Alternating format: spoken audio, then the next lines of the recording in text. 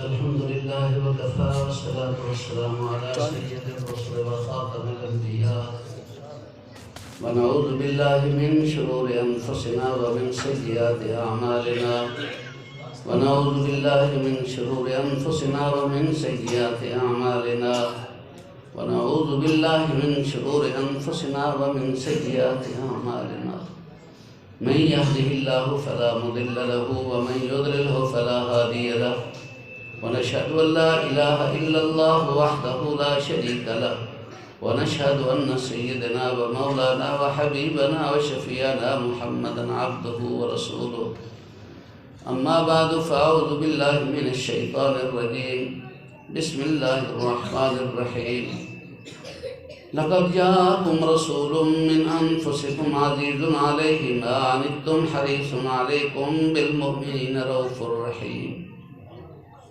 عن عمر بن الخطاب رضي الله تعالى عنه قال سمعت رسول الله صلى الله عليه وسلم يقول على المنبر إن الله يرفع بهذا الكتاب أقواما ويضع به آخرين أو كما قال النبي صلى الله عليه وسلم صدق الله مولانا العظيم وصدق رسوله النبي الكريم ونحن على ذلك لمن الشاهدين والشاكرين والحمد لله رب العالمين یا رب صلی وسلم دائما ابدا على حبیبک خیر الخلق كلهم والحبیب الذي ترجى شفاعته بكل هول من الاهوال مقتحم اللهم صل وسلم وبارك على سيدنا ومولانا محمد وعلى آله وصحبه كما تحبه وترضاه عدد ما تحبه وترضاه كما صليت على إبراهيم وعلى آل إبراهيم وعلى جميع الأنبياء والمرسلين صلاة تنجينا بها من جميع الأهوال والآفات وتقضي لنا بها جميع الحاجات وتطهرنا بها من جميع السيئات وترفعنا بها عندك على الدرجات وتبلغنا بها أقصى الغايات من جميع الخيرات في الحياة وبعد الممات إنك على كل شيء قدير استغفر الله الذي لا اله الا هو الحي القيوم استغفر الله.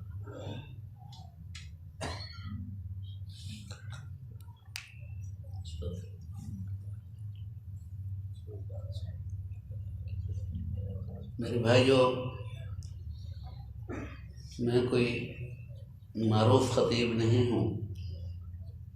اپنے اساتذہ کی موجودگی میں تو ایک ادنا سا مدرس ہوں. اساتذہ نہ ہوں تو پھر درمیانی قسم کا مدرس ہوں. اور مدرس کا کام ہوتا ہے کہ وہ پہلے خود کسی چیز کو سمجھے اور پھر سمجھ کے مخاطبین کو کوشش کرے بات پوری پہنچانے کی.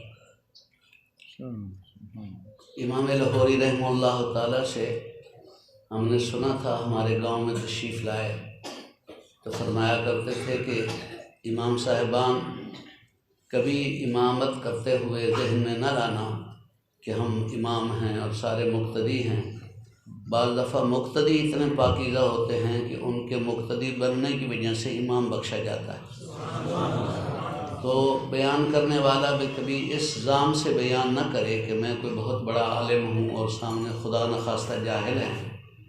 بعض دفعہ بیان سننے والے اتنے پاکیزہ ہوتے ہیں کہ ان کی وجہ سے بیان کرنے والا بخشا جاتا ہے. تو ایک سبق ہے، تکرار کرنا ہے. اور سب سے پہلے میں اپنے آپ ہی کو مخاطب بناؤں گا کہ اللہ میری کمیوں کو دور فرمائے، اور پھر اس کے بعد ایک پیغام ہے جو آپ تک پہنچانا ہے. البتہ ایک بات میں درخواست کروں گا کہ نگاہوں کو آوارہ نہ بنائیں. ہاں جی، کوئی ادھر سے آ جائے، کوئی ادھر سے آ جائے، آپ ادھر ادھر دیکھنے لگ جائیں. یہ بھی حضور صلی اللہ علیہ وسلم نے فرمایا ہے، من آتاہ اللہ القرآن والحکمہ ثم یلتفت یمینا وشمالا فقد اہان اللہ ورسولہ. جس کا ایک مطلب یہ بھی علماء نے بیان کیا ہے کہ قرآن اور دین کا بیان ہو رہا ہو اور کوئی آدمی دائیں بائیں دیکھ رہا ہے تو وہ اللہ اور اللہ کے رسول کی توہین کر رہا ہے. تھوڑی دیر کے لیے آپ تشریف رکھیں، ادب سے بیٹھیں گے تو تھوڑے وقت میں بہت کچھ لے کر جائیں گے، اور اگر بے ادبی سے بیٹھیں گے تو پھر بے ادب محروم شدت فضل رب۔ تو درخواست یہی ہے کہ ایک سبق ہوگا تو سبق کے عنوان سے ہی میں عرض کروں گا، اور اللہ تعالیٰ مجھے بھی اور آپ کی برکت سے مجھے اور آپ کو صاحب عمل ہیں، اللہ مزید عمل کرنے کی توفیق عطا فرمائے۔ دیکھیے، اللہ جو ہمارا خالق و مالک ہے، تو ہر خالق اور مالک، بلکہ خالق کا لفظ فقط اللہ ہی کے لیے بولا جا سکتا ہے اور کسی کے لیے خالق کا لفظ بولا ہی نہیں جا سکتا۔ ملک کی تو کئی قسمیں ہوتی ہیں، ملک حقیقی اور ملک مجازی، لیکن خلق وہ معنی یہ ہے کہ انہونی چیز کو ہونے والا بنا دینا، یہ فقط اللہ ہی کر سکتا ہے، اور کوئی بھی انہونی چیز وہ کوئی نہیں بنا سکتا۔ ہاں جی، ورنہ دنیا کوئی چیز بھی بنائے گی تو میٹیریل کہیں کا ہوگا، کوئی چیز کہیں کی بنی ہوگی، وہ جوڑ کے ایک چیز بنا دے گی، لیکن اللہ کی ذات عالی وہ ہے کہ جو بالکل جو چیز کچھ بھی نہیں تھی اسے فقط کچھ نہیں بہت کچھ بنا دیا۔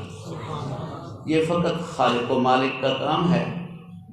تو ہر بنانے والا اپنی مصنوع چیز کے متعلق چاہتا ہے کہ میری، اب تو دنیا جہان میں آپ کو پتہ ہے ہر چیز جو بنتی ہے تو ساتھ ایک کتابچہ بھی ہوتا ہے، بھی اس کو سنوار کر رکھنے کے لیے کیا صورت آپ کو کرنی پڑے گی، اور خدا نہ خاصہ ایسا نہ کیا تو وہ بگڑ جائے گی۔ تو حضرت انسان تو اشرف المخلوق ہے، تو اشرف المخلوق ہونے کے ناطے سے خدا تعالیٰ نے حد کر دی انسان کے ساتھ کرم نوازی کی کہ یہ بن کر کیسے رہے، بگڑے نہیں، بلکہ دنیا میں پروٹوکول کا خیال ہوتا ہے۔ عموماً وزیر اعلیٰ، چیف منسٹر صاحب یا پی ایم صاحب، پرائم منسٹر صاحب، وہ ڈائریکٹ کسی سے بات نہیں کریں گے، تعلق ہوگا وہ الگ بات ہے، ورنہ وہ اپنے سیکرٹری کو کہیں گے، سیکرٹری صاحب آگے اپنے کسی ڈی آئی جی کو کہے گا، وہ پھر ڈی آئی جی آگے کسی ایس پی صاحب کو کہیں گے، ایس پی صاحب آگے پھر ڈی ایس پی صاحب کو، تو ایس ایچ او وغیرہ یہ وہ جا کر کہے گا کہ فلاں صاحب نے یہ آپ کو حکم دیا ہے۔ لیکن اللہ کی کرم نوازی کی حد دیکھیے کہ اللہ نے اپنی مخلوق سے کہ سب سے زیادہ گندے کیا غلیظ ترین انسان جسے ابو جہل کہا جاتا ہے، یعنی اللہ کی مخلوق میں ابو جہل جیسا گھٹیا شاید کوئی پیدا ہوا۔ بڑی لمبی بات ہے، اسی پر بھی پتہ نہیں کتنا کچھ ہوا ہے کہ رسول اللہ صلی اللہ علیہ وسلم فرمایا کرتے تھے کہ موسیٰ علیہ السلام کا فرعون بڑا کمزور ثابت ہوا، جو میرا فرعون تھا وہ اس سے بھی بڑا مضبوط فرعون تھا۔ تو بدترین قسم کی جو اللہ کی مخلوق کا فرد تھا ابو جہل، اس کے سنوارنے کے لیے اللہ نے اپنی مخلوق کے سب سے بہترین فرد، جسے آقا نامدار حضور پرنور محمد الرسول اللہ صلی اللہ علیہ وسلم، اسے فرمایا کہ ایک دفعہ نہیں کئی دفعہ جا کر اس کو دین کا پیغام پہنچاؤ۔ حالانکہ ابو جہل جیسے کروڑوں مل جائیں وہ رسول اللہ صلی اللہ علیہ وسلم کے پیشاب کا مقابلہ بھی نہیں کر سکتے، کیونکہ ابو جہل ناپاک ہے اور رسول اللہ صلی اللہ علیہ وسلم کا پیشاب پاک ہے، تو ناپاک چیز پاک کا کہاں مقابلہ کر سکتی؟ لیکن خدا تعالیٰ نے اپنے پاکیزہ ترین انسان کو ناپاک ترین انسان کے بنانے کے لیے بھی استعمال فرمایا کیا۔ بلکہ جب یہ آیت نازل ہو چکی، انذرتہم ام لم تنذرہم لا یؤمنون، کہ پیارے چاہے نہ ڈرائیں چاہے نہ ڈرائیں یہ ایمان نہیں لائیں گے، رسول اللہ صلی اللہ علیہ وسلم پھر بھی جا رہے ہیں۔ تو ایک دفعہ فاروق اعظم نے عرض کیا یا رسول اللہ، یہ بار بار ان گھٹیوں لوگوں کے پاس، رسول اللہ نے فرمایا وہ نہ مانے میں اپنے پروردگار کی رضا حاصل کرنے کے لیے پیچھے کیوں رہوں؟ تو حد کر دی اللہ تعالیٰ نے اپنے پیارے نبی کی، اور پیغام بھی وہ دیا جس پیغام کو باور کرایا کہ جو شخص اس پیغام پر عمل کرے گا، دل سے اپنائے گا، وہ ہر جہان کی پاکی حاصل کر لے گا اور کامیابی حاصل کر لے گا۔ ہمارے ہاں تو ایک ہوتا ہے نا کہ عمومی جہان یہ دنیا کا ہے، اور پھر ایک موت کے بعد برزخ کا ہے، اور ایک آگے، اور اللہ کے مطلب رب العالمین، العالمین استغراق کا صیغہ ہے جس کے افراد کا پتہ ہی نہیں بھی جہان کتنے ہیں۔ تو فرمایا کہ جو اللہ کے اس پیغام کو اپنائے گا وہ ہر جہان کی کامیابی حاصل کرے گا۔ اس پیغام کے 4 نام ہیں، ویسے تو بہت نام ہیں لیکن ہمارے ہاں عموماً مشہور 4 ہیں۔ وہ پیغام جس کو دل سے اپنا کر انسان ہر جہان کی کامیابی حاصل کر لے، اسی کو ایک نام اسلام ہے، دوسرا نام ایمان ہے، تیسرا نام دین ہے، اور چوتھا نام حق ہے۔ اسلام کہو زبان سے، ایمان، دین اور حق۔ یہ چاروں لفظ الگ الگ ہیں لیکن منزل مقصود چاروں کی ایک ہی ہے۔ وہ کیا ہے کہ اللہ کے اس پیغام کو آقا نامدار حضور پرنور کے ذریعے سے دل میں اپنا کر، یعنی دل میں بسا کر اس پر عمل کر کے زندگی کے اور بعد والے ہر جہان کی کامیابی حاصل کرنا، اس نظام کے 4 نام ہیں: اسلام، ایمان، دین اور حق۔ مجھے فرما رہے تھے کہ ہمارا عنوان ہے معلم انسانیت، تو میں وہ فقط معلم انسانیت نہیں ہے، وہ معلم خلق ہیں۔ ہاں جی، انسان تو بیچارے فقط انسان ہوتے ہیں، رسول اللہ صلی اللہ علیہ وسلم نے تو تعلیم جانوروں تک کے لیے تعلیم دی، درختوں تک کے لیے تعلیم دی، گھاس پھوس کے لیے بھی تعلیم دی کہ آپ نے اس کو کیسے استعمال کرنا ہے۔ تو ان کی تعلیم کیا تھی؟ وہ 4 نام جس کو اپنا کر انسان اس معلم ذات کا تعلیم یافتہ امتی بن سکتا ہے، اس 4 نام اسلام، ایمان، دین اور حق۔ ان کے پھر 2 شعبے، ایک ہے اسلام، دین اور حق کو جاننا، اور دوسرا ہے اسلام، دین اور حق کو ماننا۔ ایک ہے اسلام اور دین کا جاننا، اور ایک ہے ماننا۔ جاننے کے 3 ہی طریقے ہیں: پڑھ کر جاننا، یوں واعظ و نصیحت کو سن کر جاننا، یا اللہ کے نیک ترین بندوں کو بس کوئی ان کی ضرورت نہیں۔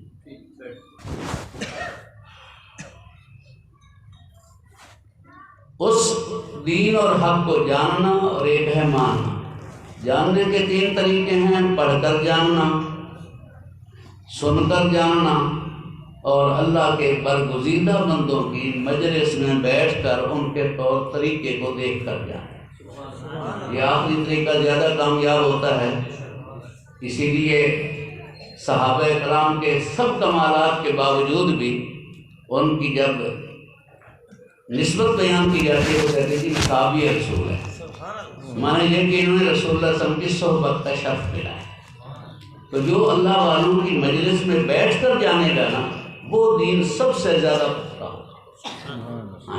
بہرحال پڑھ کر جاننا، سن کر جاننا، اللہ والوں کی مجلس میں بیٹھ کر جاننا، یہ تینوں بہت اجر و ثواب کی چیز ہے۔ ظاہر بات ہے جب تک جانے گا نہیں تو مانے گا کیسے؟ لیکن جاننا مقصد نہیں ہے، چاہے پڑھ کر جانے گا، سن کر جانے گا، اللہ والوں کی مجلس میں بیٹھ کر جانے گا، تو جاننا ایک ثواب اور اجر کی چیز ضرور ہے، لیکن یہ مقصد نہیں ہے۔ مقصد ہے جاننے کے بعد دل سے ماننا۔ اب جاننا یہ یوں سمجھے جیسے وضو ہے، اور وضو بہت بڑے اجر کا ثواب ہے، یہ سارے اجر کی چیز ہے۔ آپ حضرات علماء تشریف فرما ہیں، اور علماء کی تشریف آوری میں ذرا بیان کا کوئی جھجک تو ہوتی ہے، لیکن ان کے ذریعے سے ذرا پیٹھ اچھی مضبوط ہوتی ہے تو انسان کی توصیف ہو جاتی ہے۔ شکر ہے کہ ان آنکھوں نے حضرت امام لاہوری کو دیکھا، حضرت رائے پوری کو دیکھا، حضرت میرے شریعت کو دیکھا، حضرت درخواستی، یہ تو پھر بھی بہت بات تک اللہ ان کا بھی اجر و ثواب ان کے بڑھائے، لیکن یہ متقدمین میں سے دیکھ تو حضرت شیخ الاسلام حضرت مدنی کو سکتے تھے، لیکن اس وقت ہمیں بالکل نہیں پتہ تھا، بالکل دیہات میں رہتے تھے، اور پھر اس زمانے میں ہمارے گھر ویسے بھی تعزیہ ہوتا تھا، گھوڑا ہوتا تھا۔ اللہ کروڑوں رحمت نازل فرمائے حضرت امام لاہوری کے کہ وہ ہمارے علاقے میں تشریف لائے، اور ان کی وجہ سے ایک دو عجیب و غریب قسم کی وہاں ان کی کرامتیں ظاہر ہوئیں، جن کی وجہ سے 300-400 آدمی اپنے فکر سے طائب ہو کر رہے۔ تو میرے والد صاحب بھی حالانکہ پڑھے لکھے تھے، نماز کبھی ہوتی تھی لیکن نماز سنیوں والی ہوتی تھی، لیکن باقی سارے کام وہی ہوتے تھے، بانگ گھوٹا وغیرہ سارے کچھ چلتے تھے۔ اللہ نے حضرت لاہوری رحمہ اللہ تعالیٰ کی وجہ سے نوازش فرمائی، اپنی برادری کا سب سے پہلا حافظ قرآن میں بنا، اور وہ بھی حضرت لاہوری کے ہی فرمان پر، ورنہ والد صاحب کہتے تھے کہ تو حافظ بن، میں کہتا نہیں جی مولوی تو بننا نہیں، باقی کیونکہ مولوی ہمارے ہاں جو بنتے تھے تو وہ دیہات میں روٹیاں مانگتے تھے، عصر سے شروع ہوتے تھے، عشاء تک ان کی روٹیاں چلتی تھیں۔ تو میں سوچتا تھا کہ یہ روٹی جو مانگنی ہے تو مولوی، تو جب پہلی دفعہ ایک فاروق مہاجر ہوتا تھا، ان کو مہاجر، ہم تو یہیں کے لوکل تھے، تو وہ مہاجر فاروق ہوتا تھا، انہوں نے کہا یار وہ وہابیوں کا پیر آ رہا ہے، ذرا ملنے کے لیے جائیں۔ تو میں نے بھی شوق ہوا کہ وہ حضرت لاہوری کو ملیں، لیکن حضرت لاہوری کے ملنے سے بھی زیادہ شوق میرا تھا، میں نے ٹرین کبھی نہیں دیکھی تھی، بھی چلو خانے وال میں ٹرین دیکھ لوں۔ تو 37-38 کلومیٹر سفر ہم نے رات کو سفر کیا، تو وہاں حضرت لاہوری رحمہ اللہ تعالیٰ کی بڑی عجیب و غریب انداز میں زیارت ہوئی، اور زیارت بڑے عجیب تھے، ورنہ ہمیں کیا ہوتا تو بڑی مخلوق تھی وہاں۔ وہ تو جو ہمارے وہاں تھے کیا نام اسسٹنٹ ماسٹر حاجی شفیع صاحب مرحوم، وہ بھی حضرت لاہوری سے ہی بیعت تھے، انہوں نے یہ بتلایا کہ حضرت لاہوری عمرے سے آ رہے ہیں، تو خیبر میل کے اگلے ڈبے پر ان کا وہ اے سی ڈبہ آگے ہوتا ہے، ادھر ترستے نوابہ بہاول پور بھی آ رہے تھے، تو بہاول پور میں ڈبہ تبدیل ہو گیا، وہ سب سے آخر میں انہوں نے ڈبہ لگا دیا اے سی، اسی میں نوابہ بہاول پور بھی تھے اور حضرت لاہوری کا کمرہ بھی ہوئی۔ تو جب وہاں ہو گئے تو ساری مخلوق ادھر بھاگی، تو ہم نے کہا کہ وہ بزرگوں کو تو خیر مل نہیں سکتے، تو میں ٹرین کو یوں ہاتھ لگا کے دیکھ رہا تھا کہ ٹرین کیا ہوتی ہے، کہ اچانک ساتھ والا جو کمرہ کھلا تو اس میں سے حضرت لاہوری نے سب سے پہلے حضرت لاہوری کے مسافہ تو مجھے یاد نہیں لگا، اب تمیز نہیں اس وقت کیا ہونی تھی، میں ان کی ٹانگوں کو چمٹ لیا، ایسے ہی یہ بزرگ ہیں۔ تو نکلتے ہی حضرت نے 1 روپیہ نکالا اور مجھے فرمایا بیٹے قرآن یاد کر لو، جلدی یاد ہو جائے۔ 2 روپیہ میں نے رکھا ہوا ہے الحمدللہ۔ تو خدا نے کرم نوازی فرمائی، 9 مہینے 11ویں دن میرا قرآن ختم ہوا۔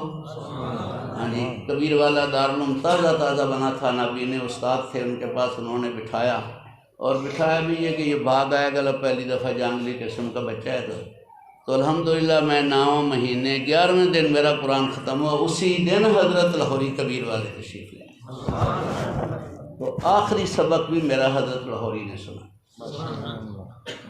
اللہ اکبر کبیرہ۔ تو ان کی وہ برکت تھی کہ جس کی وجہ سے اللہ تعالیٰ نے کچھ انسانوں میں بیٹھنے کی توفیق عطا فرمائی ہے۔ تو اور اس وقت تکلفات ہوتے نہیں تھے، ابھی میں نے مولانا کو ہاتھ جوڑے ہیں، ورنہ انہوں نے جیسے مولانا کے لیے سجا بندی کی تھی، میرے لیے تھوڑی سی اور کرتا، ہاں جی، ورنہ آپ جانتے ہیں وہ امیر شریعت جو سرد راتوں میں، یعنی سردی کی راتوں میں عشاء سے لے کر فجر تک بیان کرتے تھے 9 گھنٹے، اور جب ختم کرتے تھے تو لوگ کہتے تھے کہ لطف تو اب شروع ہوا تھا، ابھی اتنا جلدی ختم کر دیا آپ نے۔ ان کے ساتھ ایک ہی لقب ہوتا تھا، امیر شریعت۔ وہ حضرت لاہوری رحمہ اللہ تعالیٰ، یہ حضرات جانتے ہیں، اللہ کرے کسی نے ان کی زیارت بھی کی ہو، بہرحال وہ یہ بھی بتلا دیتے تھے، اللہ نے دل روشن اتنا کیا ہوا تھا، حالانکہ سکھ گھرانے سے مسلمان ہوئے تھے، علامہ اقبال مرحوم اسی لیے ان کے معتقد ہوئے تھے کہ ایک جنازہ پڑھا کے آ رہے تھے تو حضرت نے فرمایا کہ اس قبر میں سے آگ برس رہی، اور آگے بڑھے تو ایک قبر سے گزرے اور فرمایا اس کا نام محمد دین ہے اور اس میں نور کی رحمت ہو رہی، رحمت کا نور برس رہا۔ تو علامہ فرماتے ہیں میں نے تصدیق جو کروائی وہ تینوں قادیانیوں کی قبریں تھیں، اور یہ وہ تھا جو ارائی تھا اور بیچارہ گاجریں مولیاں بیچتا تھا اور کبھی کبھی طالب علموں کو بھی دے دیا کرتا تھا۔ تو علامہ مرحوم ہمیشہ جمعہ حضرت لاہوری کے پیچھے پڑا کرتے تھے، بہت اس کے متقد تھے۔ تو ان کے ساتھ ایک ہی لقب ہوتا تھا، وہ یہ تک بتلا دیتے تھے کہ یہ آپ کی جو واسکٹ ہے جیسے نے سیتے وقت وہ وضو میں تھا، یہ بھی بتلا دیتے تھے۔ ہمارے سامنے ایسی چیزیں آئیں، ان کے ساتھ ایک ہی لقب ہوتا تھا، شیخ التفسیر۔ اب جناب چھوٹے موٹے اشتہار میرے جیسے بدھوں کے ساتھ شمس العلماء، فخر القملاء، زبدۃ الحکماء، مخزن الخیرات، علامہ اجل لو بھائی بس بھی کر، ایسے بیان کر رہے تھے۔ مجھے یاد ہے مولانا جلندری رحمہ اللہ تعالیٰ تشریف فرمایا اور کی کہنا ہے تو کہہ دے شیخ السماوات والارض۔ آپ ہنس رہے ہیں، ہنسی کی چیز نہیں ہے، ہمارے ہاں تکلفات بڑھ گئے۔ حضرت قاضی احسان انصار رحمۃ اللہ علیہ سے آپ نے سنا ہوگا، فرمایا کہ کوئی کہیں دیہات میں چلا گیا، وہ مرد کہیں کام گئے ہوئے تھے، عورتیں تھیں، انہوں نے کنڈی کھٹکھٹائی، ان کا کون؟ حافظ محمد مشتاق شاہ قادری ناقص چشتی۔ وہ عورت کہتی ہے کہ ساڑی بیٹھک تو چھوٹی چاہیے، اتنے بندے نہیں آ سکتے۔ حقیقت یہ ہے کہ اب حضرت لاہوری سے خود سنا، مولانا یوسف صاحب رحمہ اللہ تعالیٰ تبلیغی جماعت کے بانی کے بیٹے، وہ بھی فرمایا کرتے تھے کہ پہلے مسجد اور مدرسے کچے ہوتے تھے لیکن ایمان بڑا پکا ہوتا، اور مسجد مدرسے بڑے پکے بنتے ہی ایمان کچے ہوتے۔ تو حقیقت یہ ہے کہ بے تکلفی اللہ کے دین کا پیغام پہنچانا ہے۔ مولانا عمر صاحب پالن پوری فرمایا کرتے تھے جو سب سے لمبے بیان انہیں کے ہوتے ہیں، تو فرمایا کرتے تھے ہر 15-20 منٹ بعد میں سوچتا ہوں کہ یا اللہ یہ بیان میں تیرے لیے کر رہا ہوں، کسی اور کے لیے تو نہیں۔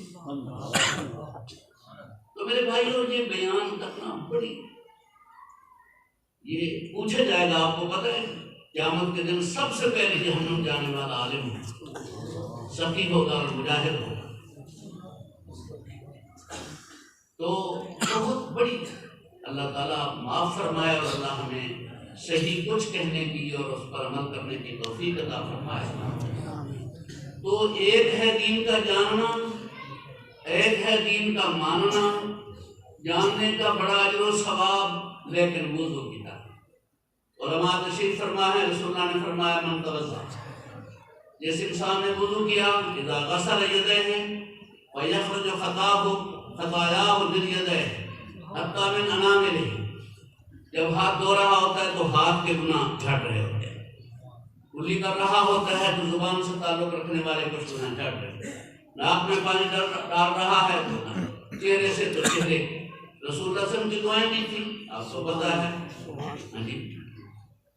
اعوذ بوجہ اللہ العظیم الذی لیس شیء اعظم منہ، یہ ابتداء جیسے، اور اللہم ارحنی رائحۃ الجنہ ولا ترحنی رائحۃ النار، اللہم بیض وجہی یوم تبیض الوجوہ وتسود الوجوہ، اللہم آتنی کتابی بیمینی وحاسبنی حسابی یسیرا، اللہم لا تعطنی کتابی بشمالی ولا من وراء ظہری، اللہم اذلنی تحت ظل عرشک۔ اللہ کروڑوں رحمت نازل فرمائے ہمارے استادوں کو، انہوں نے ہمیں نور نظامی یہ ساری دعائیں یاد کروا دی۔ تو یہ دعائیں ہیں حتی اذا غسل رجلہ یخرج خطایاہ من اناملہ حتی من اظافیر اناملہ، جب پاؤں دھو رہا ہوتا ہے تو پاؤں کے، اسی لیے ان چھوٹے بچوں کو میں نے کہا ہے کہ پیچھے بٹھاؤ جائے، ان کو باہر بھجوا دیں۔ کہ بندے ان کو بٹھانے کا فائدہ کیا ہے بھائی؟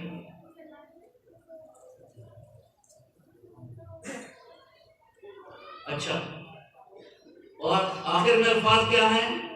حتی اذا خرج الی الصلاۃ یخرج نتیجا من الذنوب، جب بندہ گھر میں وضو کر کے نماز کے لیے جا رہا ہوتا ہے تو صغیرہ گناہوں سے پاک ہو جا رہا، ثواب ملا، لیکن اس وقت وضو کا ثواب ملے گا اگر وضو کے بعد کوئی عبادت مقصودہ یا کم از کم عبادت غیر مقصودہ کرتا ہے۔ عبادت مقصودہ جیسے نماز پڑھنی ہے، اللہ آپ کو ہمیں بار بار نصیب فرمائے حرمین شریفین کا حج ہے، تو جو طواف زیارت ہے وہ اکثر کو کہا کہ ہم بغیر وضو کے نہیں ہوتا، قرآن پاک کو ہاتھ لگانا یہ بغیر وضو کے نہیں ہوتا، اور یہ عبادت غیر مقصودہ حدیث میں جیسے آتا ہے بغیر وضو کے غسل کرنا نہ ہو، بھئی آپ اٹھ جائیں یہ بچوں کو اٹھا کر لے جائیں۔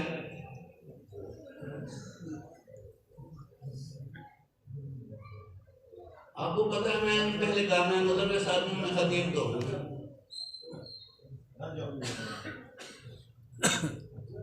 اچھا بھائی توجہ کے ساتھ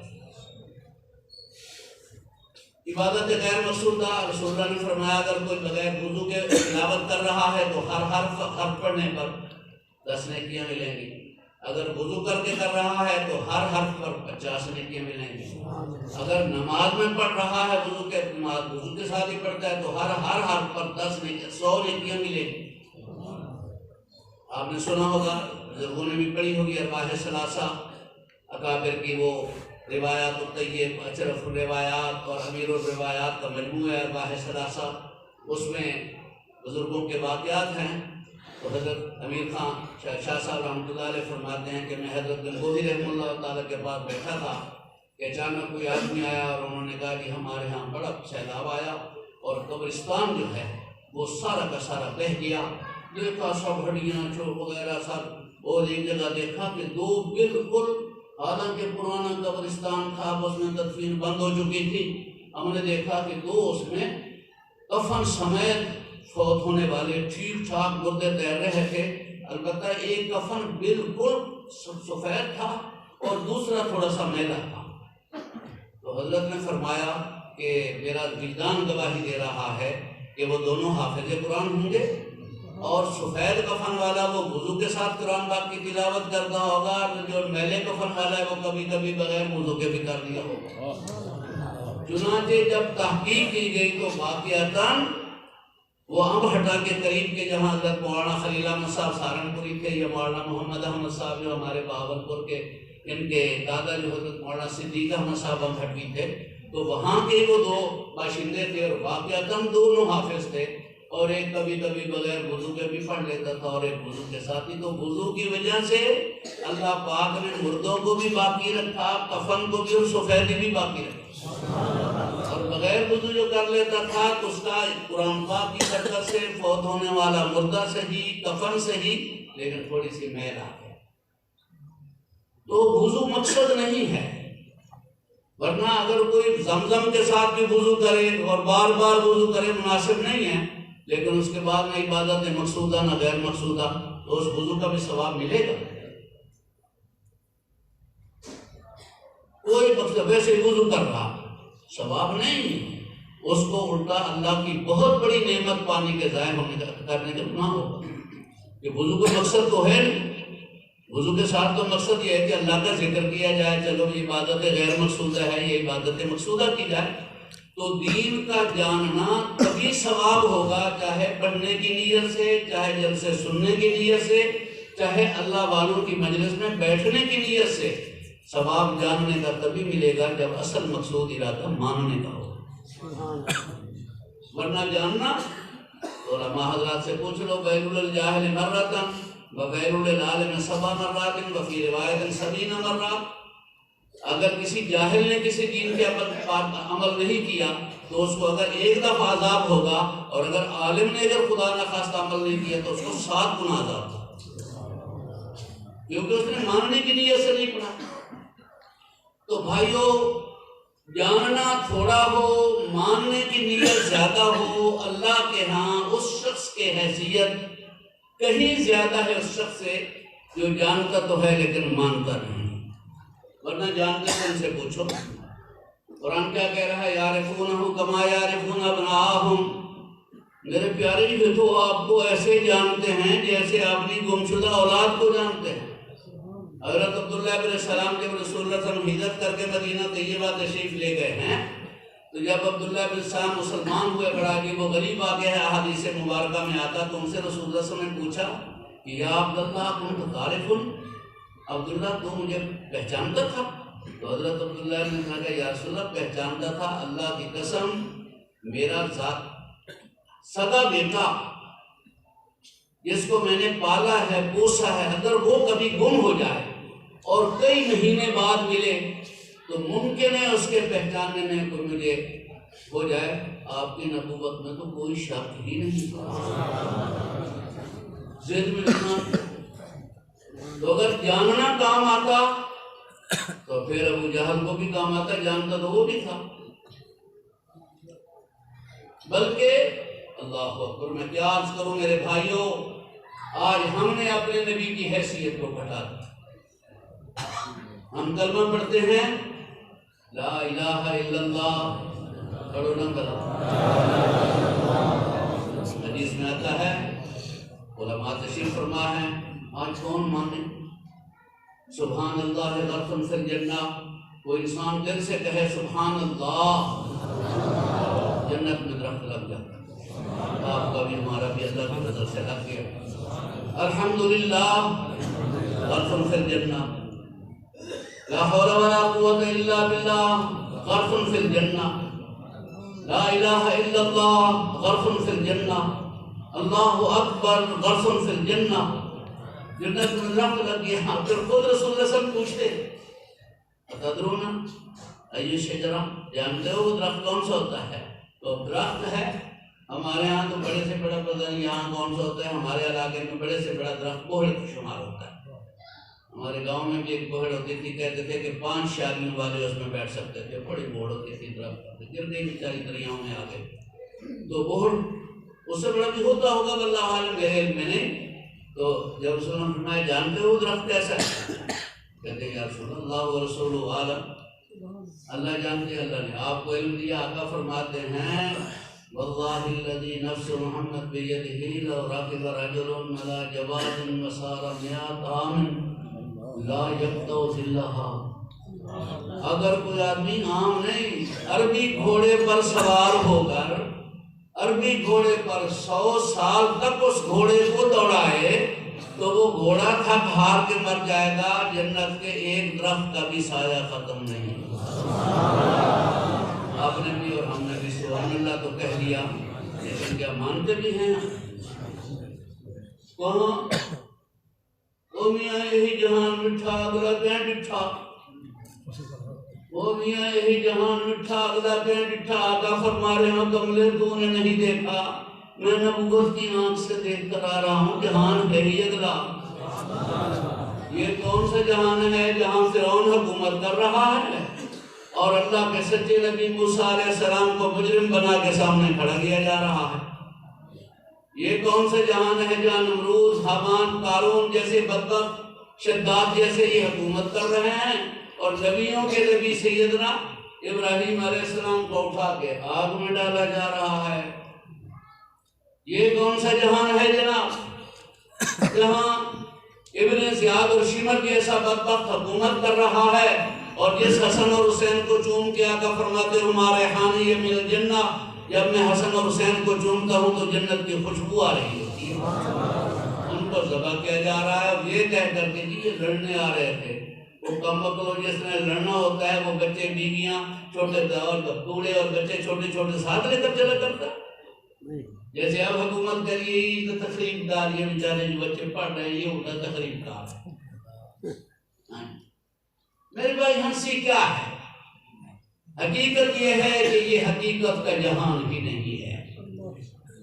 علماء تشریف فرما ہیں اس جہان کا نام کیا ہے؟ عالم دنیا۔ تو دنیا کون سا سیگا ہے؟ بیٹھے مؤنث کا سیگا ہے، اس کا مذکر ادنا ہے۔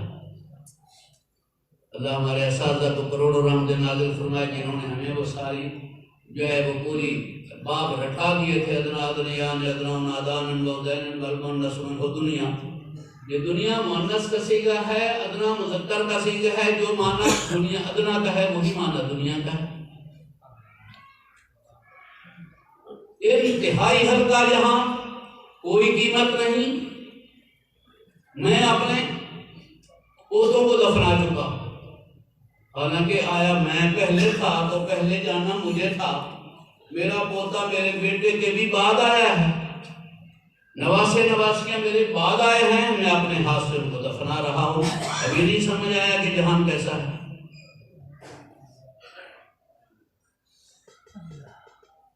یہی حال ہے آج، سارا دن بازار میں گھوم رہے ہیں، کیا بھائی یہ مکان بنانا ہے تو کیا، وہ جی ٹوٹیاں لینی تھی جاپان کی اور اینٹیں لینی تھی چائنا کی، فلانی چیز جو وہ آسٹریلیا کی، نام مراد تو پھر اتنے کیوں رہ رہے ہیں بھائی؟ رہ پاکستان نکلے ہے بیچارہ، چیزیں تلاش کر رہا ہے، کوئی جاپان کی، کوئی امریکہ کی، کوئی فلانے کی، تو کیا یہ جہان باقی رہنے والا ہے؟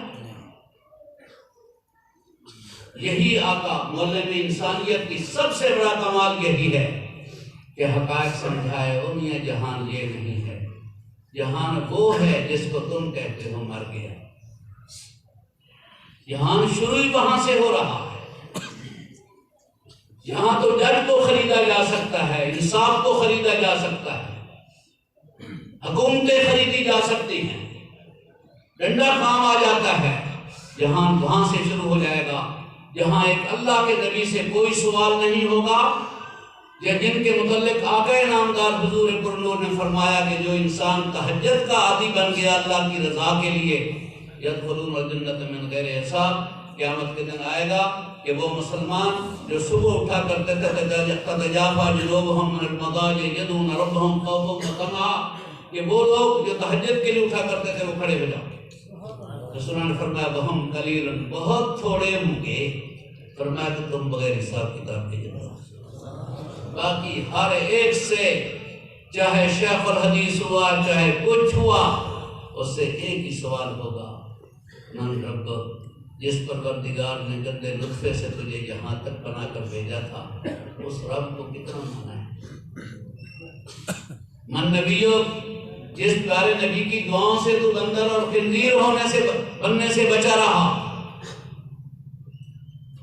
اللہ کی قسم میں کیا کہوں تمہیں، ہم پڑھتے ہیں لا الہ الا اللہ، پڑھو محمد رسول اللہ،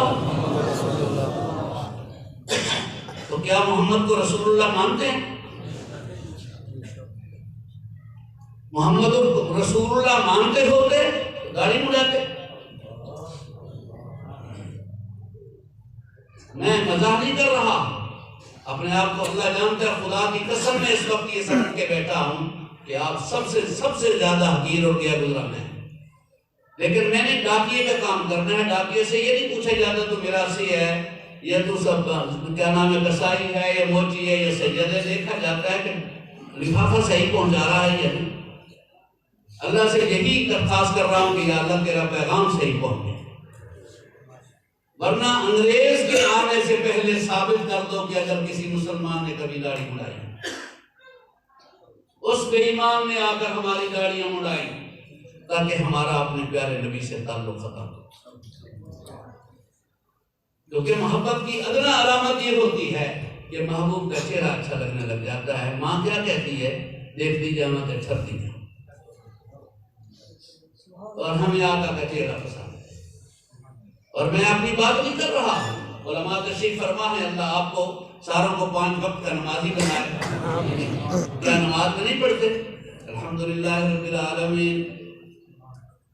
یہ لمبی بات ہے کہ آگے اللہ فرشتوں کو کیا کہہ رہے ہوتے ہیں کہ حمدن یب، الرحمن الرحیم اسنان یب، مالک یوم الدین مجدن یب، ایاک نعبد و ایاک نستعین۔ سبحان اللہ۔ اب فرشتے خود پوچھتے ہیں یا اللہ اب تیرا بندہ کیا کہہ رہا ہے؟ فرمایا ھذا فیما بینی و بین عبدی ولعبدی ما سأل، یہ میرے اور میرے بندے کے درمیان میں خفیہ وعدہ ہو رہا ہے، اگر میرے بندے نے اس بات پر عمل کیا ایاک نعبد و ایاک نستعین، تو دوسرے مقام میں آتا ہے وعزتی وکبریائی لأوتینک ما هو یسأل، مجھے میری عزت کی قسم اگر اس معاہدے پر میرا بندہ قائم رہا ایاک نعبد و ایاک نستعین، تو میں اللہ قسم ہے کیسے ہی سچا ہے اللہ سے بڑا سچا کون ہو سکتا ہے؟ وَمَنْ أَصْدَقُ مِنَ اللَّهِ قِيلًا وَمَنْ أَصْدَقُ مِنَ اللَّهِ حَدِيثًا، اللہ سے کون زیادہ سچا ہو سکتا ہے؟ اللہ قسم کھا کے کہہ رہا ہے کہ اگر اس معاہدے کو میرے بندے نے نبھایا تو میں اپنی عزت و کبریائی کی قسم کھا کے کہہ رہا ہوں کہ آج میں نے کہا ہے، میرا بندہ مان رہا ہے، اگر اس پر عمل کیا تو بندہ کہتا جائے گا اور میں مانتا جاؤں گا۔ اور آگے کیا کہہ رہا ہے؟ اہدنا الصراط المستقیم، یا اللہ سیدھے راستے پر چلا، صراط الذین انعمت علیہم، سیدھا راستہ کن لوگوں کا جن پر تیرے انعام کی بارش ہو رہی ہے۔ یا اللہ وہ کون؟ انعم اللہ علیہم من النبیین والصدیقین والشہداء والصالحین۔ اللہ فرماتے ہیں 4 درجے ہیں، ان پر میری رحمتوں کی بارش ہو رہی ہے۔ سب سے پہلے اللہ کے نبی، پھر صدیق، پھر شہید، پھر صالح، فرائض پر عمل کرنے والے، حرام کو چھوڑنے والے۔ اور دوستی کی علامت ہوتی ہے کہ محبوب سے محبت ہے تو محبوب کے دشمنوں سے نفرت بھی ضروری کرنی ہے، ورنہ جو محبوب سے بھی محبت رکھے اور محبوب کے دشمنوں سے، اس کو دو منہا کہا جاتا ہے۔ ساتھ ہی کہا جاتا ہے یا اللہ ان لوگوں کے راستے پر چلانا، غیر المغضوب علیہم ولا الضالین، یا اللہ ان لوگوں کے راستے پر نہ چلانا جن پر تیری لعنت برس رہی ہے، غضب برس رہا ہے۔ وہ کون ہے؟ فرمایا خالق المشرکین والیہود والنصارى، 3 طبقے ہیں میرے سخت مخالف ہیں، اللہ فرما رہے ہیں جن پر میری لعنت برس رہی ہے۔ ایک مشرک، یہودی اور عیسائی۔ پوچھا گیا یا رسول اللہ کوئی نشانی؟ تو آپ ہر حدیث کی کتاب اٹھا کر دیکھیں، اگر حدیث کو سچا سمجھتے ہو اور کہو اللہ کے نبی کی ہر بات یقیناً سچی ہے۔ اللہ کے نبی کیا فرماتے ہیں؟ قص الشوارب وواف اللحیٰ، نشانی یہ ہوگی جو مجھے مانتا ہوگا وہ داڑھی رکھے گا اور مجھے مڑائے گا، اور جو ان کو مانتا ہوگا وہ داڑھی مڑائے گا اور مجھے مڑائے گا۔ آج کون کہتا ہے؟ تو یہ سنت ہے۔ وہ بھلے وہ تو نماز بھی سنت ہے، سنت کا معنی ہوتا ہے آقا نامدار کا طریقہ، وہ تو حج بھی سنت ہے، معنی نبی پاک نے اس کا طریقہ بتلایا۔ نماز بھی سنت ہے، سنت کا معنی ہوتا ہے ما سابقہ بقول النبی او بفعل النبی او بتقریر النبی، جو آقا نامدار حضور کو نور کی زبان مبارک سے بات نکلے، یہ جو نبی پاک نے کر کے دکھایا بشرطے کہ ان کے ساتھ خصوصی معاملہ نہیں تھا، یہ نبی پاک نے کسی معاملے کی توثیق فرما دی کہ ہاں یہ بھی ٹھیک ہے، تو سنت اس کو کہتے ہیں۔ داڑھی مستہ سنت ہے، ورنہ بزرگوں سے پوچھو داڑھی کا مڈانا زنا سے بھی زیادہ گناہ ہے، شراب پینے سے زیادہ گناہ ہے۔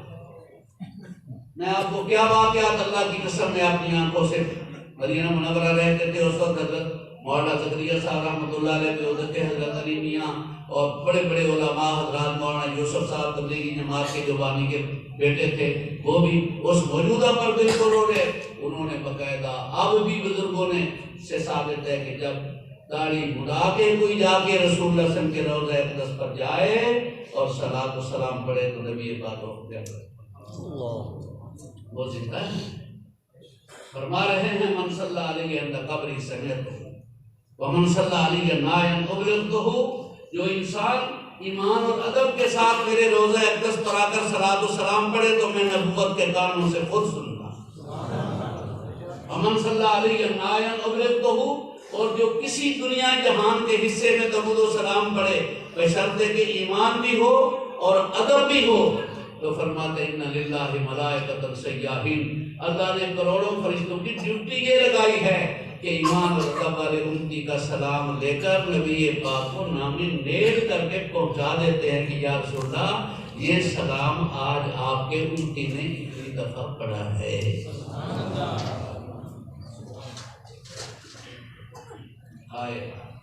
یقین ہوتا۔ میں چھوٹی سی ایک بات عرض کر کے ختم کروں، کیا کروں، ڈاکٹر نے روکا ہوا ہے میرے، اصل میں یہ گردن کے مہرے جو ہیں یہ ہلے ہوئے ہیں، تو لیکن آج آپ کی برکت ہے، ان بزرگوں کی پتہ نہیں مولانا ابو بکر صاحب اور قاری بلال نے جو جادو کیا ہے میرے پاس کہ کیسے میں یہاں پہنچ گیا، ورنہ میں تو ملتان بھی نہیں آیا کرتا ہوں۔ تو یہ آپ کی برکت سے ہو رہا ہے میرے بھائیوں۔ اللہ کی قسم اس وقت کے مشرکوں کا بھی یہ دل میں یقین تھا کہ محمد سچ ہے۔ بخاری شریف میں پڑھاتے ہیں، رات سے پوچھ لو، جب رسول اللہ صلی اللہ علیہ وسلم ہجرت کر کے گئے ہیں تو وہاں 2 بہت بڑے، جیسے یہاں آپ کے لگاری مزاری درشق کوسے وغیرہ یہاں بڑے بڑے، تو وہاں 2 بنو اوس اور بنو خزرج یہ بہت بڑے قبیلے تھے. ویسے اور تو بنو مدرج وغیرہ کتنے تھے، 20 قبائل تھے، لیکن یہ دو بڑے سردار قبیلے تھے.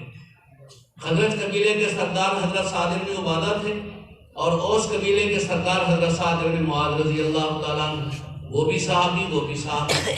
تو جب رسول اللہ صلی اللہ علیہ وسلم ہجرت کر کے چلے گئے تو حضرت سعد بن معاذ نے عرض کیا یا رسول اللہ وہ میری طائف کے اندر کوئی زمینیں ہیں میں وہ بھی دیکھ آؤں گا اور ذرا عمرہ بھی کراتا ہوں، آپ مجھے اجازت دیں. تو رسول اللہ صلی اللہ علیہ وسلم نے اجازت دے.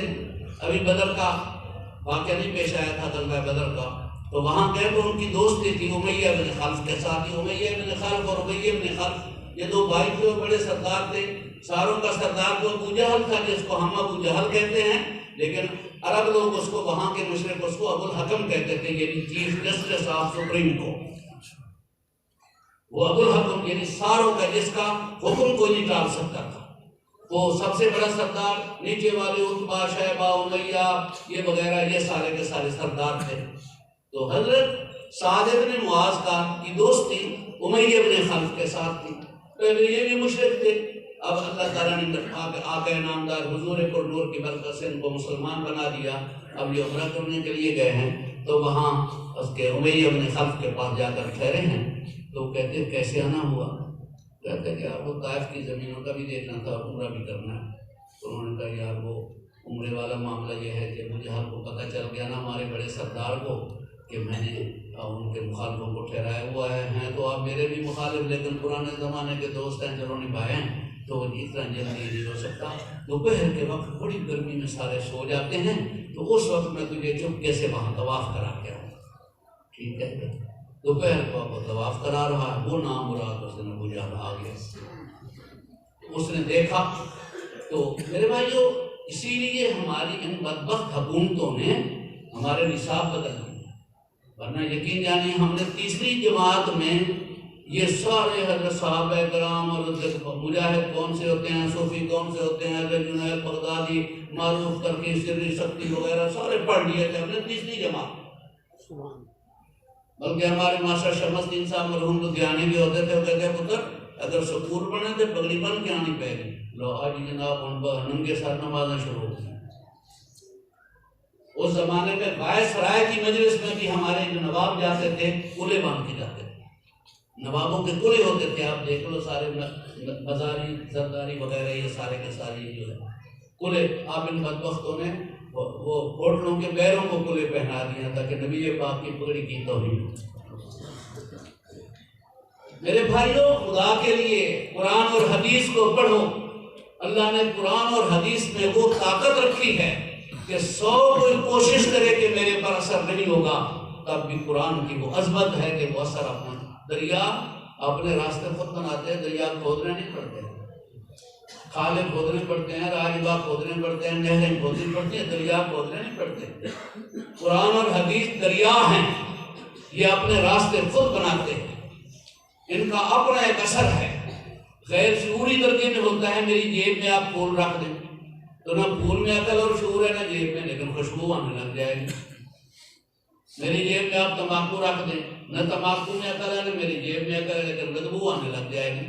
اسی طرح اللہ کے بندوں کی صحبت میں بیٹھنا، قرآن اور حدیث کو پڑھنا، اس میں وہ برکت ہوتی ہے کہ کوئی چاہے کہ میرے پر کوئی اثر نہ ہو تب بھی یہ قرآن اپنا اثر کر کے چھوڑتا ہے.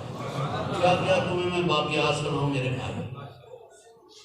تو اس کا ایک اثر ہوتا ہے. انہوں نے یہ ساری چیزیں جو ہیں نکالی ہیں تو وہ آ گیا نام مراد. انہوں نے دیکھا بھی طواف کر رہا ہے، وہ جانتا تھا حضرت سعد بن معاذ بھی اپنے علاقے کے بڑے سردار ابو جہل خوب جانتا تھا.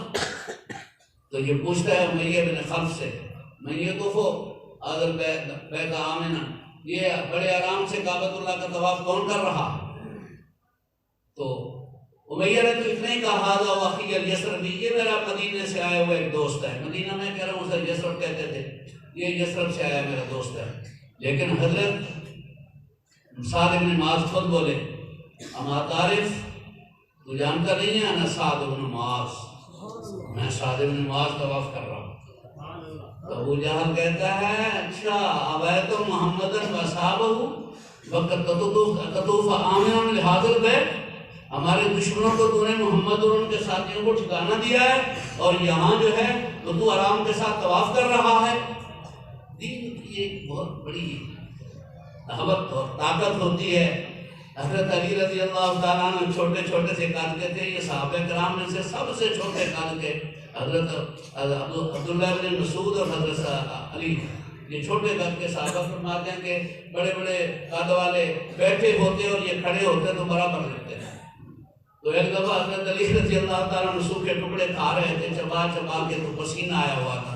ایک یہودی نامراد مزاح کر کے پوچھتا ہے کہ آپ امیر المومنین لڑتے کیسے ہوں گے؟ آپ کو تو اسد من اسود اللہ کے شیروں میں سے شیر کہا جاتا ہے، اور یہ روٹی چباتے ہوئے پسینہ آ رہا۔ تو سیدنا علی نے ہنس کے کہا کہ میں روٹی کھا رہا ہوں جان کی طاقت سے، لڑا کرتا ہوں ایمان کی طاقت سے۔ وہ تو نہیں دیکھنا تو آ جاتا۔ تو حضرت سعد بن معاذ نے ایمان کو کہتا ہے اچھا کداوا ہے تو محمد واصحابہ وقت تطوف آمنا، بڑے امن سے تو طواف کر رہا ہے ہمارے مخالفوں کو۔ تو حضرت سعد نے کہا تھا یا ابا جہل انی انا اطوف بیت اللہ لا هو بیتک، میں تیرے گھر کا طواف نہیں کر رہا ہوں، میں اللہ کے گھر کا طواف کر رہا ہوں۔ اس نے کہا کیف تجرؤ علی صالح، تجھے یہ جرأت کیسے ہوئی؟ اور یہ کہنا تھا۔ تو اس نے کہا کہ ابا جہل اسکت، خاموش ہو جا، اذا انت منعتنی من الطواف لامنعنک هو اشد منہ، اگر تم نے مجھے اس طواف سے روکا تو تمہیں پتہ ہے تمہاری ساری روزی کی جو ہے وہ تمہاری تجارت سے ہوتی ہے، اور تجارت تمہاری ساری شام میں ہوتی ہے، اور شام کا راستہ مدینے کے بغیر اور کوئی جاتا ہی نہیں، میں تیری ٹانگیں توڑوں گا اگر تو وہاں گر۔ وہ یہ کہنے لگا تو امیہ ابن خلف فوراً کہتا ہے کہ لا ترفع صوتک علی سید ھذا الوادی، تم اپنے سعد بن معاذ کو میرا دوست ضرور ہے لیکن ہمارے اتنے بڑے سردار کے ساتھ اتنی اونچی بات نہ کر۔ بس یہ کہنا تھا کہ حضرت سعد کو غصہ آ گیا، اور میں دانین کا ایھا الکافر، اللہ کے نبی کا منکر، چھوڑ مجھے کوئی تیری دوستی کی ضرورت نہیں ہے۔ انی انا سمعت، میں رسول اللہ صلی اللہ علیہ وسلم سے سنا تھا انہم قاتلوک، نبی پاک کے صحابہ تجھے قتل کریں گے۔ اب آپ بیچاروں کو کیا وہ کیا کہتے ہیں بھائی آج کا ڈرامہ بڑا زبردست لگا ہوا، ڈرامے سننے والوں کو قرآن اور حدیث کے معاملات کا کیا، حالانکہ سن بھی رہے ہیں کہ ڈرامہ ہے، اور ڈرامہ کس کو کہتے ہیں جی مولانا؟ مولویوں کو بات ہوگی نا، کہیں گے مولوی صاحب سچ سچ بولی، میرے نال ڈرامہ بازی نہ کری۔ کیا مقصد؟ ڈرامہ جھوٹ کرنا، واقعہ جھوٹا، اجزاء جھوٹے، ہاں سبق بعض دفعہ میں سے سچا بھی نکالا جاتا ہے۔ خیر، تو وہ کہتا ہے کہ اللہ اکبر کبیرہ، ابو جہل میں تیری ٹانگیں توڑ دوں گا۔ جب یہ کہا تو امیہ کو غصہ لگا، انہوں نے کہا کہ صاحب تو میرا دوست ضرور ہے لیکن ہمارے سردار کی اتنی کہ سامنے بےزتی نہ کر، بلند آواز سے نہ کہا۔ یہ کہہ رہا تھا، انہوں نے کہا دانیہ انی انا فی جوار اللہ، مجھے تیری دوستی کی کوئی ضرورت نہیں، میں اللہ کی امان میں ہوں اور جو میں طواف کر رہا ہوں لبیک اللہم، اور یہ کہنا تھا۔ اب سمجھے ذرا، اللہ کرے آپ کے دل میں اور کرے دل میں بیٹھے۔ تو امیہ ابن خلف یہ نہیں کہتا کہ انہوں نے کیا کہا، انہوں نے کیا کہا تھا؟ میں نے آقا کے زبان سے سنا تھا امیہ تجھے نبی پاک کے صحابہ قتل کریں گے۔ تو وہ کہتے ہیں افی مکہ، الفاظ بخاری کے یہی ہے، کیا مکے میں؟ کہا آدمی میں نہیں جانتا۔ ان کا تستہزئ بھی، یار دوست ہو کر تمہارے ساتھ مزاح کر رہا ہے۔ انہوں نے کہا لا واللہ انی سمعت من فی رسول اللہ بأذنیہ، اللہ کی قسم میں نے آقا نامدار کی زبان مبارک سے اپنے کانوں سے سنا تھا۔ بس یہ کہنا تھا کہ ساتھ وہ امیہ ابن خلف جا کر گھر رونے بیٹھ گیا۔ کافر تھا، نبی پاک کا دشمن، پکا دشمن، رونے بیٹھ گیا۔ بیوی پوچھتی ہے کیوں رو رہا ہے؟ کوئی جواب نہیں۔ بیٹے پوچھتے ہیں بابا کیوں رو رہا ہے؟ کوئی جواب نہیں۔ انہوں نے ابو جہل کو بلایا، عتبہ شیبہ کو بلایا اور پوچھو، ان کا یا سید ھذا الوادی، سردار صاحب آج تک تو نے، ابو جہل نے جب پوچھا روئے کوئی نہیں کیسے؟ انہوں نے کہا اما سمعت ما قال اخی الیسروی، کیا تو نے سنا نہیں ہے میرے یسرب کے آئے ہوئے دوست نے کیا کہا؟ انہوں نے کیا کہا؟ ان کا قاتلوکا، محمد کے صحابہ مجھے قتل کریں گے، دشمن کے ہاتھ کے مرنا یہ تو سرکار کے لیے ذلت ہوتی ہے۔ ان کا کس نے کہا؟ ان کا ساتھ حوالہ کس کا دیا؟ ان کا محمد کا صلی اللہ علیہ وسلم۔ وہ تو نہیں مانتے تھے، تو انہوں نے کہا کہ ساتھ تیرا آپ دوست ہے یا دشمن ہے؟ انہوں نے کہا یار ہے تو وہ مسلمان بن گیا ہے تو دشمن۔ ان کا محمد تیرا دوست ہے یا دشمن ہے؟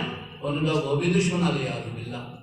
تو اس وقت ابو جہل نے تانا دیا اور ساتھ امیہ دشمن ڈرایا ہی کرتے ہیں، دھمکی دیا ہی کرتے ہیں، تو دشمن کی دھمکی میں آ گیا وہ دشمن ہو کر۔ تو میرے بھائیوں اللہ کا واسطہ ہے اس کا جواب سنو اور اپنے دلوں کو ٹٹو دو۔ امیہ کہتا ہے کہ ابو جہل میں کہہ رہا ہوں، وہ تو ابو الحکم ہی کہہ رہا ہے کہ ابو میاں سردار صاحب ٹھیک ہے تو بھی محمد کا دشمن ہے، اور امیہ کہتا ہے کہ وہ بھی دشمن ہے، تو نے بھی محمد کے راستے میں کانٹے بچھائے ہیں، اور امیہ کہتا ہے میں نے بھی کانٹے بچھائے ہیں، لیکن ایک بات کو تیرا دل بھی جانتا ہوگا، میرا دل بھی جانتا ہے کہ جو بات محمد کی زبان سے جھوٹی نہیں ہے۔ جو بات محمد کی زبان سے نکلا کرتی ہے وہ کبھی جھوٹی اور خدا کی قسم کبھی جھوٹی نہیں۔ نتیجہ ہوا آپ اٹھا کر دیکھیں بدر کے موقع پر وہ کیسے مرا اور کیسے گل سڑ گیا، اور کیسے اس کو جب پھینکنے لگے تو بالکل ایک ٹکڑے الگ ہو گئے۔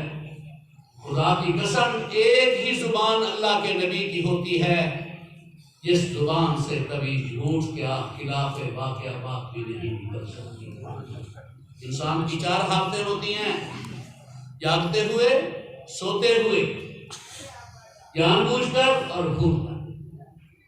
بڑے سے بڑا کوئی صحابی ہو، صدیق اکبر کے جیسا بھی جو صداقت کا پترا ہے، جاگ کر کہے گا 100% سچ ہوگا، لیکن سوتے ہوئے بھی صدیق اکبر کے جو زبان سے نکلے وہ 100% سچ نہیں کہا جا سکتا۔ جان بوجھ کر صدیق اکبر بولے سچ ہی سچ ہوگا، لیکن بھول کر کبھی کوئی بات نکل جائے وہ بھی سچ نہیں۔ ایک اللہ کا نبی ایسا ہوتا ہے جو جاگتے ہوئے بولے تب بھی سچ ہے، سوئے ہوئے بولے تب بھی سچ ہے، جان بوجھ کر بولے تب بھی سچ ہے، اور اگر بھول کر بولے تو تب بھی قرآن سچ ہے۔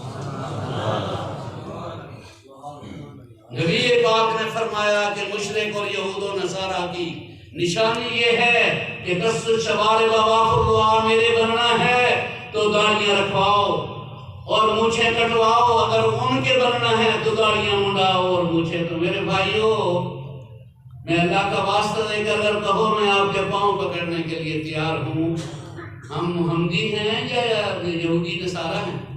جو محمدی ہیں ہاتھ کھڑا کریں یا اللہ گواہ کریں۔ اب نیچے کرو۔ علماء کو گواہ بنا کر کہتا ہوں اللہ کی قسم آج بھی جو انسان توبہ کرنے کے لیے اٹھے، کوئی ایسا کام، میں نے پہلے کہا ہے کہ لوگ کہتے ہیں سنت ہے، وہ بھائی سنت، وہ تو نماز بھی سنت ہے، حج بھی سنت ہے، مانا رسول پاک سے ثابت ہے، ورنہ داڑھی فرض عین ہے، اور داڑھی منڈے کا صلاۃ و سلام فرشتے نبی پاک تک لے بھی نہیں جاتے۔ کیا یہ سودا تمہیں منظور ہے؟ تو میں اللہ کا واسطہ دے کر کہتا ہوں اس مجمع کے دوست کھڑے ہوں اور کہیں کہ آج کے بعد ہم آقا کی داڑھی رکھائیں گے، میں خدا کی قسم کھا کے کہتا ہوں میں کون ہوں ضمانت دینے والا؟ کتنے اللہ والوں نے لکھا ہے، حضرت پیران پیر کی ایک محفوظ پہ میں مجھے یاد ہے، تو جو آج نبی پاک کی کسی سنت کو زندہ کرے رسول پاک سے دوستی کی بنیاد پر، اللہ کا نبی اسے کبھی جہنم میں نہیں جانے دے گا۔ سبحان اللہ۔ اگر وہ توبہ کرے گا ابھی جا کر فرشتہ نبی پاک کو اطلاع کرے گا کہ آپ کے فلاں امتی نے آپ کے فلاں دین کے نقش کو زندہ کیا، تو آقا فرما رہے من احیا سنتی عند فساد امتی فلہ اجر 100 شہید، جس نے میرے سنت کو اس وقت زندہ کیا جب لوگ اس سنت کی پرواہ نہیں کر رہے، تو اللہ کے نبی کہتے ہیں کہ اللہ اس کو نہیں بخشواؤں گا، اس کو 100 شہیدوں کا ثواب دلواؤں گا، اور ہر شہید کو اللہ کے کہیں گے کہ 100 جہنمیوں کو جنت میں لے جا۔ تو تو سنت کو زندہ کرنے والوں کو 10,000 جہنمیوں کو جنت میں لے جانے کی اجازت ہوتی ہے۔ اگر اللہ کے نبی کو کوئی خوش کرنا چاہتا ہے تو آپ کریں۔